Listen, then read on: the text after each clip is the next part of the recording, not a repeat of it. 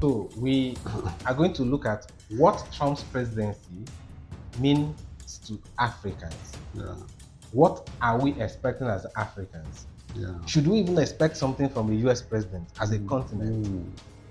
Should we sit back and say, okay, this person has become a US president, he's doing us good or he's not doing us good? Who is he serving? Is he serving our interest or his people's interest? So we look at his presidency on Africans in terms of the political aspect, its Yeah. impact on Africans. Then economy, we then talk about social and moral issues, as well as migration, something that has become so important to Africans and foreigners as well. Yes. So these are the things that we want to cover today on this show. That's good. African perspectives. That's good. So, what do you think when it comes to political aspects? What do you think the Africans are expecting from Trump?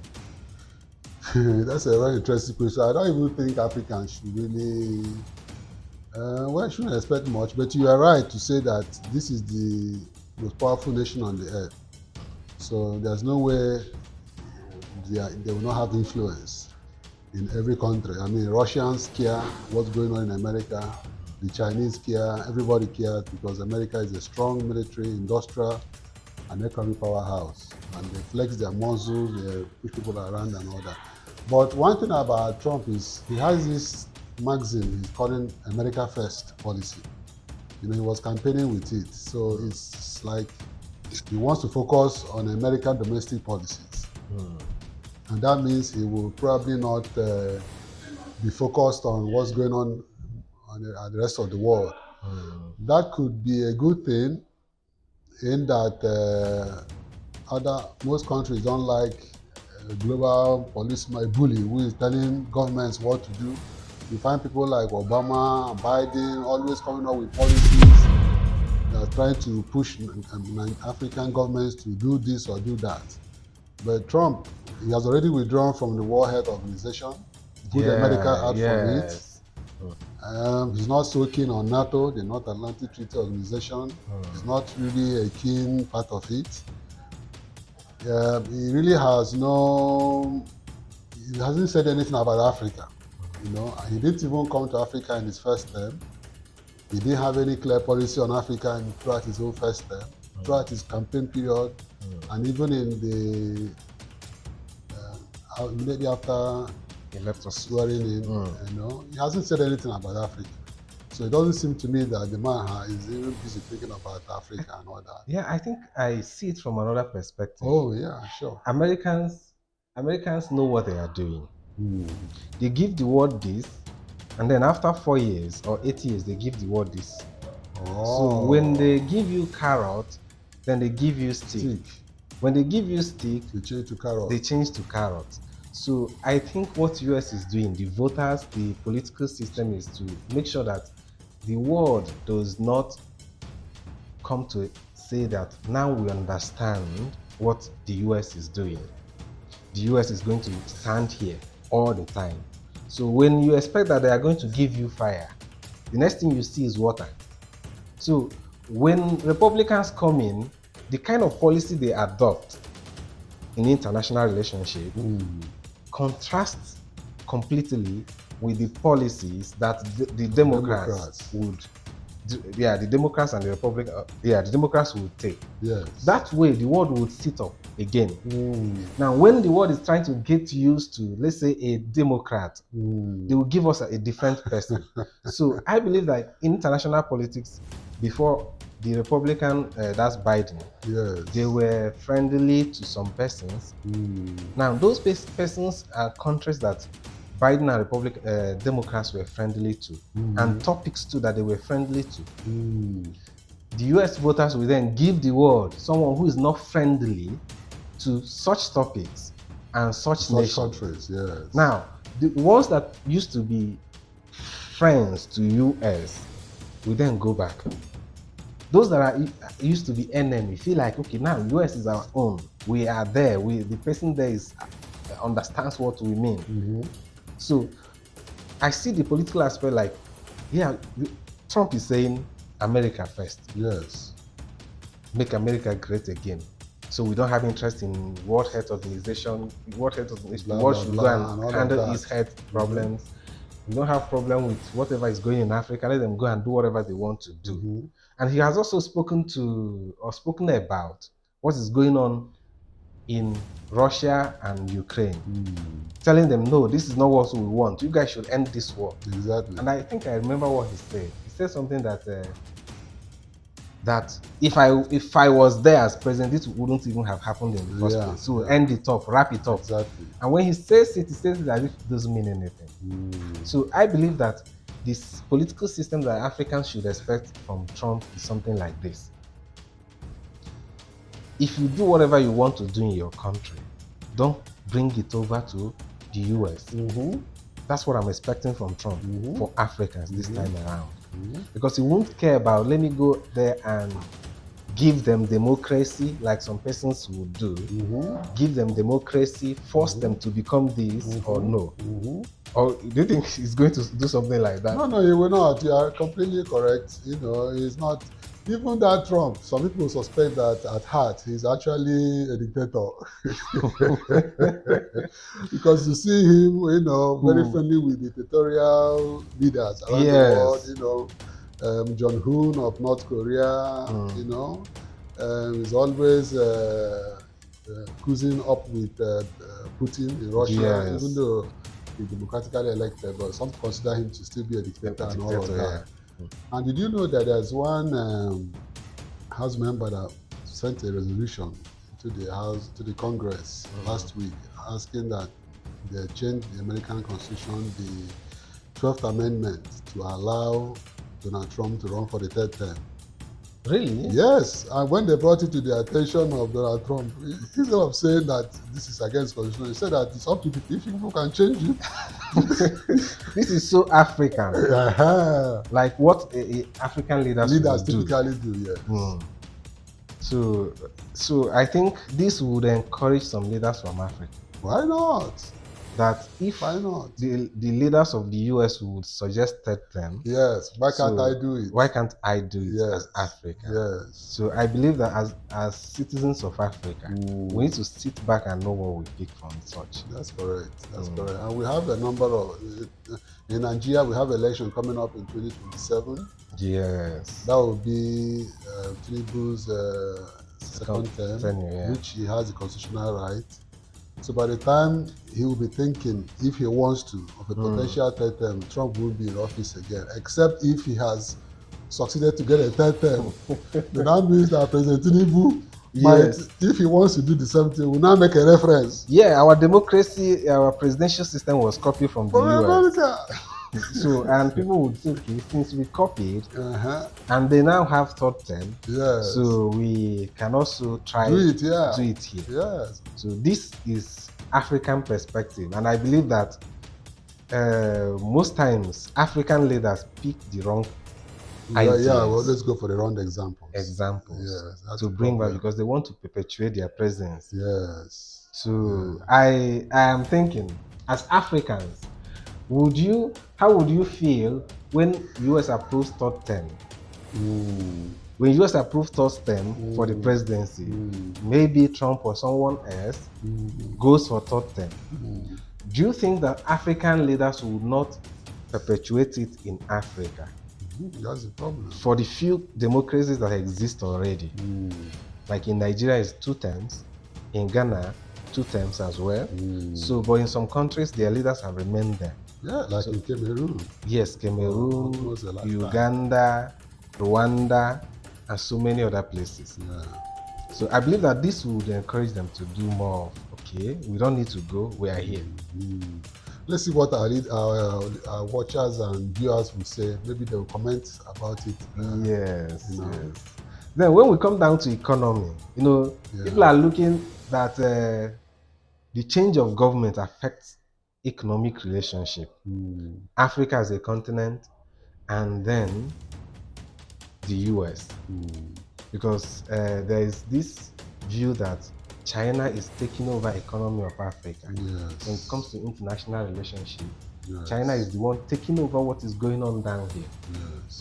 So, and the US is taking backseat more and more. Mm. So, are we expecting that Trump is going to revitalize their presence in African economy, or is he going to even withdraw completely? Because that's what I'm wondering right now. Yeah, it's a very brilliant question. It's hard to say how Trump is viewing the matter. First of all, for Nigeria, that is an oil producing country, we heard Trump say in his inaugural speech, that, and in fact, he has already signed the executive order to allow for drilling to proceed, I think in Alaska and other places in America. So he wants drilling, oil and gas production in America to start going on. So once that is done, of course, it's going to affect the global oil price. Yeah. And for Nigeria, that is still oil revenue dependent, Yeah. that is going to be not a very good thing for us. Then another reason that kept oil prices high now is this Russian-Ukraine crisis, which they are quickly moving towards peace. The Gaza problem, apparently Trump is solving it. We've seen that there's a ceasefire that occurred just a few days after his inauguration, or just about before his inauguration, really. Yes. And then a few days ago, there were exchanges of prisoners and all of that between Hamas officials and Israeli government. So if peace comes to the Middle East and peace comes to the Caucasus, there's a war between Ukraine and Russia. Yeah.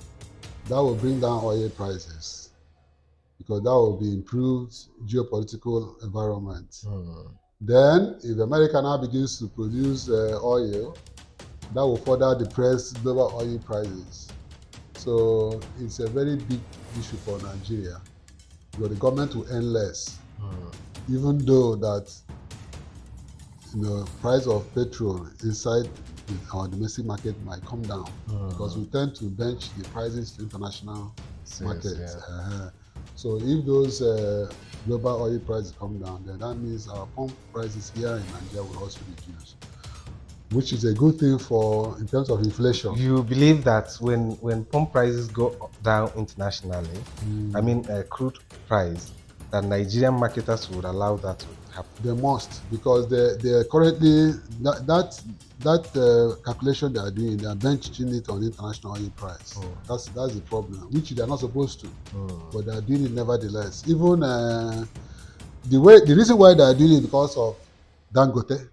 Dangote is basing it on international price, and then NNPC is now forced to match Dangote.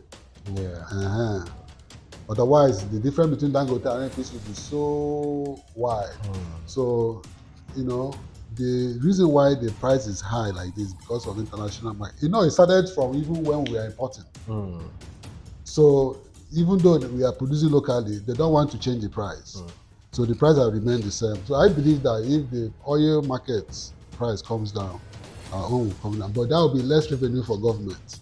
Yeah, I'm trying to restrict myself from accepting your view. Yeah. The thing is, the Nigerian in me has come to believe that whatever price that goes up never comes down. So whenever price of something go up, price of something goes up, the marketers, the government system, everyone wants it to stay there. Yeah. And that becomes a problem. Now, the way you analyzed what could lead to the price coming down, US starts producing its oil, and there was a report I read that Nigeria exports 20% of its crude to the US. Yes. So that will have to end. That would have to end or reduce. Substantially. So if that happens, we need to look for new buyers. Market. Then, if Russia, Ukraine have peace, and the crisis in the Middle East. Yeah, crisis in the Middle East also go. More oil is pumped out from there.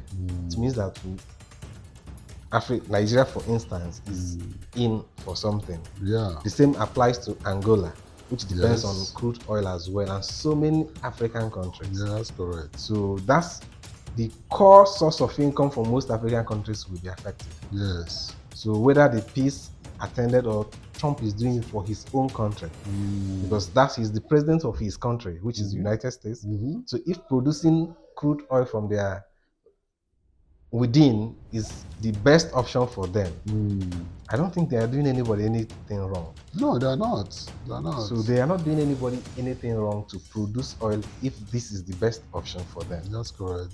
They themselves are fighting their own inflation under the Biden economics. So inflation is very high. The cost of grocery, goods, all kinds of things are going up.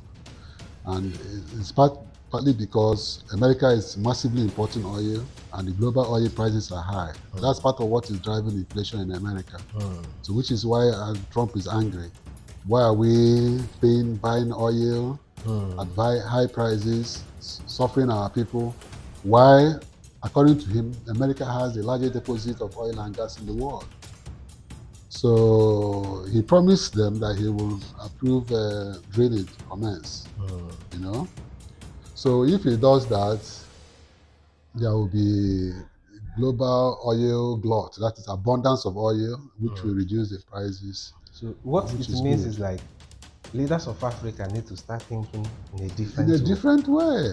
Different way. And you know, that is not the only problem. Today, everyone is going towards solar system, solar panels, alternative energy supplies. Yes. So I believe that we're right here now, we're using solar, not electricity. That's correct. Not crude oil. That's so correct. These are things that are going to affect us. They're already happening. Because if you consider, in fact, our leaders need to sit down and think futuristically. Yes. Where are we going? What are we even doing?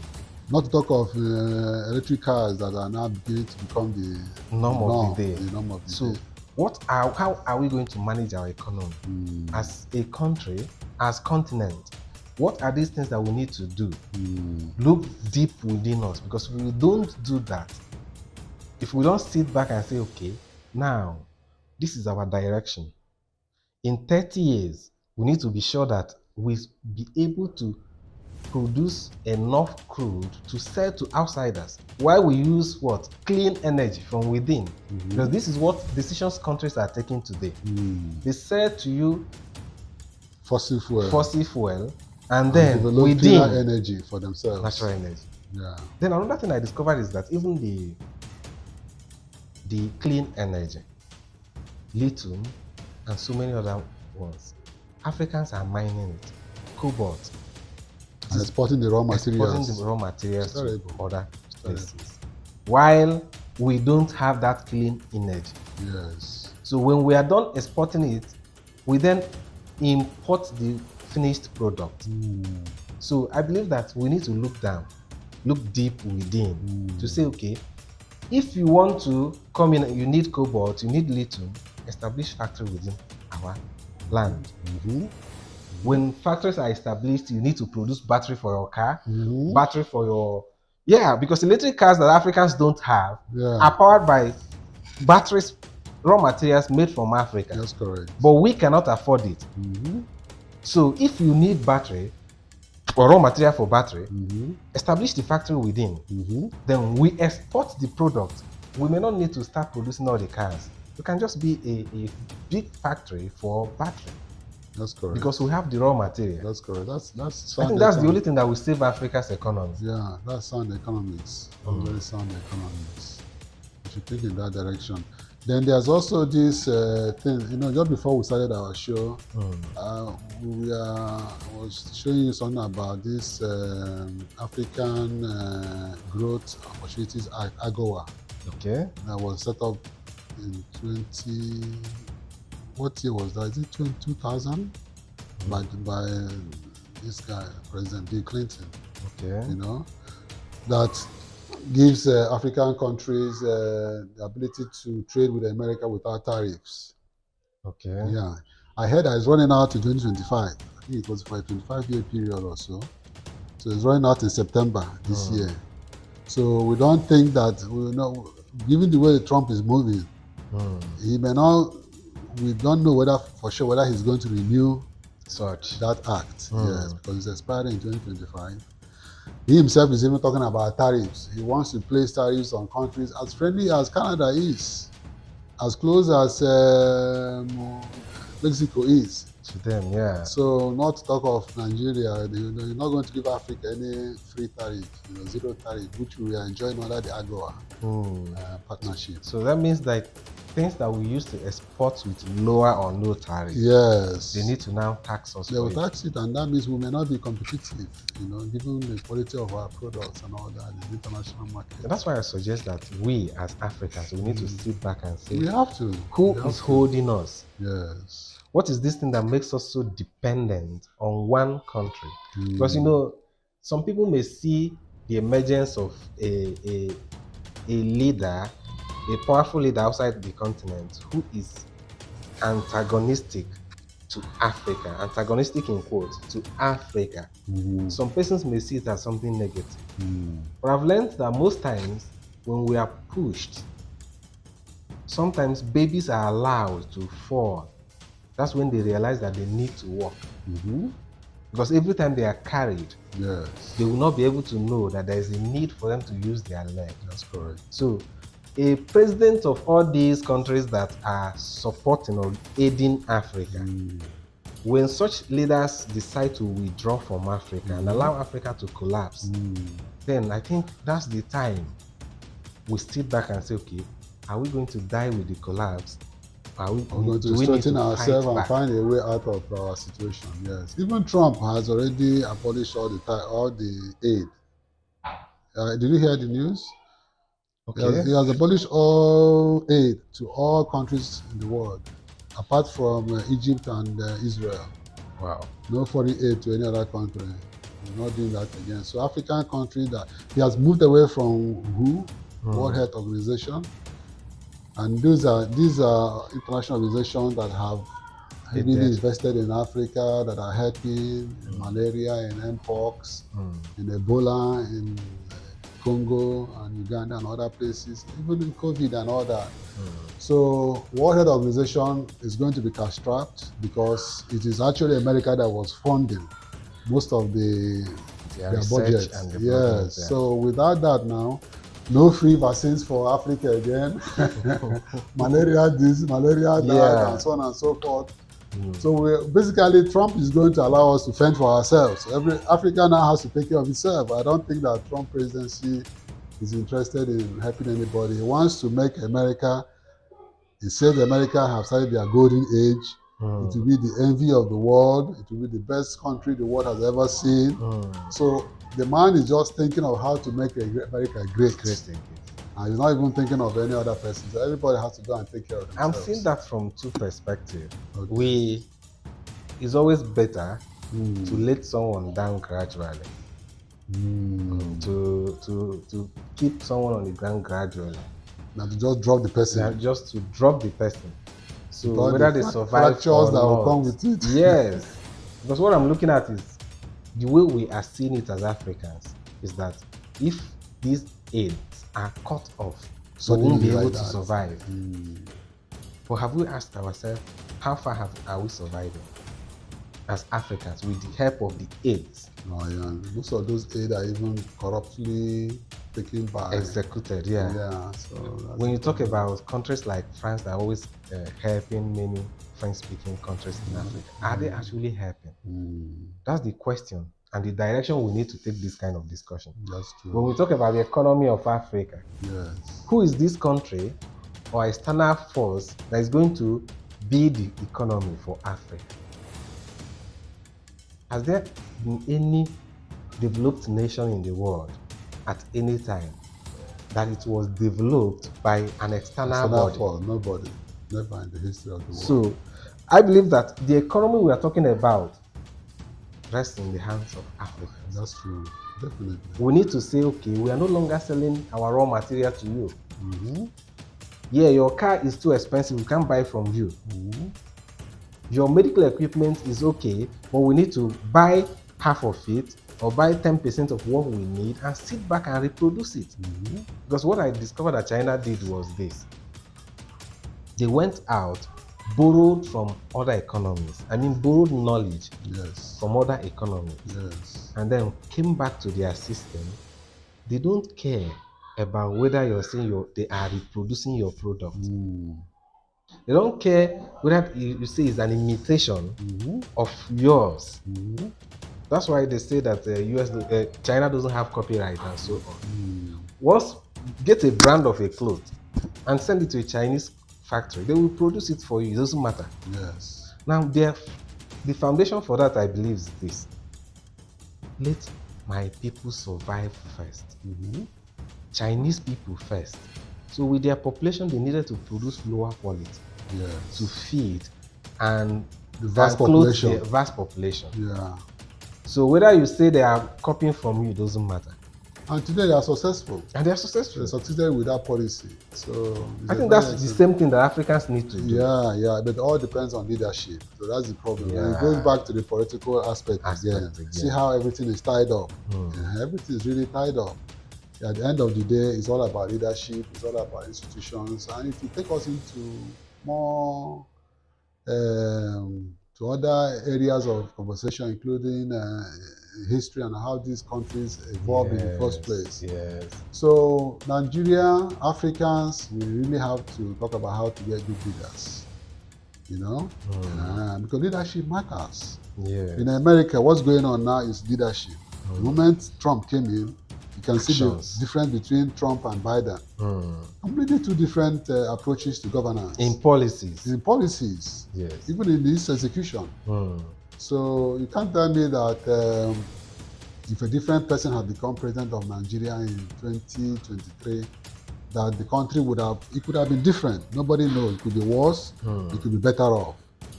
But we need to put a lot of attention in how we recruit leadership in this country. I think if we don't get our politics right, the every other thing will not fall in line. You're right. That's true. That's true. And from that, we talk about impact of the new government in the US on social and moral issues, especially in Africa. Yes. Because Africans love to take side in US presidency. In US elections. We sit down here, we discuss, we say that these people are the good people, these people are the bad people. But the thing that differentiates leaders or politicians of developed country and those of Africa is this: there is a clearly defined line where a politician stands, of which such a politician will not change after waking up in the night, in the morning. You stand on that moral issue or social issue. And this is what you stand on. Because they think about it very well before they take a position. But a normal African leader will wake up and say, no, I'm no longer in this party. So when we are going to talk about moral and social issues, I want us to look at general moral issues. Light things like about gun, the right to guns. These are important issues that demarcate political parties, the two political parties in the America. Then things like abortion, gay rights, and so many other issues.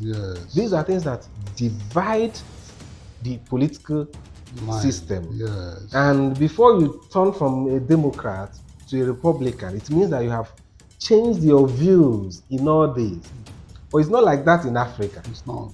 I could be a Democrat today in Nigeria, and tomorrow you hear me answering a progressive. Tomorrow you hear me talking about I'm in Labour Union. That problem started from the foundation of the country. Because, let's say, take Nigeria for example. Because Nigeria is not a country of one people. It's not a country of one people, one culture, one language. The political parties we formed at independence were kind of geopolitical parties. That is, Nigerian people, Northern People's Party, or whatever, the NPA Congress was for the North. The NC was for the South, for the East. Whereas the Action Group was for the Southwest. So you don't have ideologies. You actually have tribal and religious affiliations and inclinations. You see, that's the problem. So, and we have carried that culture all the way down to this day. So we didn't evolve into that culture of ideology. Ideology. In America, some people say that America is a diverse country. It is not. Hmm. America is English language. It is one culture. It is, one people. They may be diverse ethnically. You may have white, you may have black, you may have Indians, but everybody comes down to an American culture. They all wear suits. If you go to the Congress, everybody's wearing suits. Hmm. Everybody eats burger. Everybody eats American food. Everybody speaks English.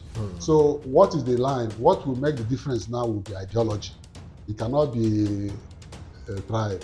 You cannot have Indian Party of America, Black American Party of America, Jewish Party of America. You don't have all that. So once we missed that in independence and created an ethnically tainted based party. Parties, yeah. So up till now, our people don't know how to do ideology-based politics, and that is why even if you are from Enugu State now, you can jump from APC to PDP to Labour Party because the root from the 1960s is still there. Okay? There is no ideology to change. There is no ideology to change. When you change party. Yeah, when you change party, you are just changing platform with which to win an election. Yes. Not, just the idea, the focus is in winning election. The focus is winning election. Not changing ideology. Not changing ideology. And at the federal level, each of these parties depends on the ethnic, Yes. When APC came, they didn't win in the East. They won there was an alliance between the North and the Southwest. South, yeah. So they saw themselves as, this is our party. The Labour Party won in the East, yeah. and some other Christian areas in the Middle Belt who wanted something different after many years of the Buhari administration. So we have to, political elites have to deliberately create an ideological based political system.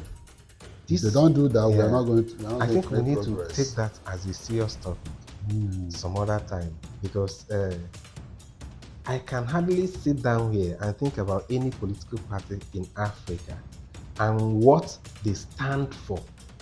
Ideologically. That is not racially or ethnically based. Yes. What is this ideological base of a political party? When you talk about PDP in Nigeria, APC in Nigeria, Labour Party in Nigeria, ANC in South Africa, you realize that ANC is fighting for one thing: let the blacks keep the blacks in power. Yes. Then what is the non-racial ideology? Because that is one factor that determines, so that tomorrow, when I want to move from Labour Party to PDP, I must have, first of all, denounced the ideologies. Yes. And these ideologies should have been an aspect of my being. So I should have denounced those ideologies that I used in Labour Party or in PDP before I moved to the other party. Exactly. But you see in our system whereby today someone is singing the song of this party, the anthem of this party. Yes. You guys are going on campaign together. Yes. But tomorrow morning he wakes up after in another party. After we have voted for him and made him a senator or House of Rep member, then he wakes up one day and changes to another party. Why did you change?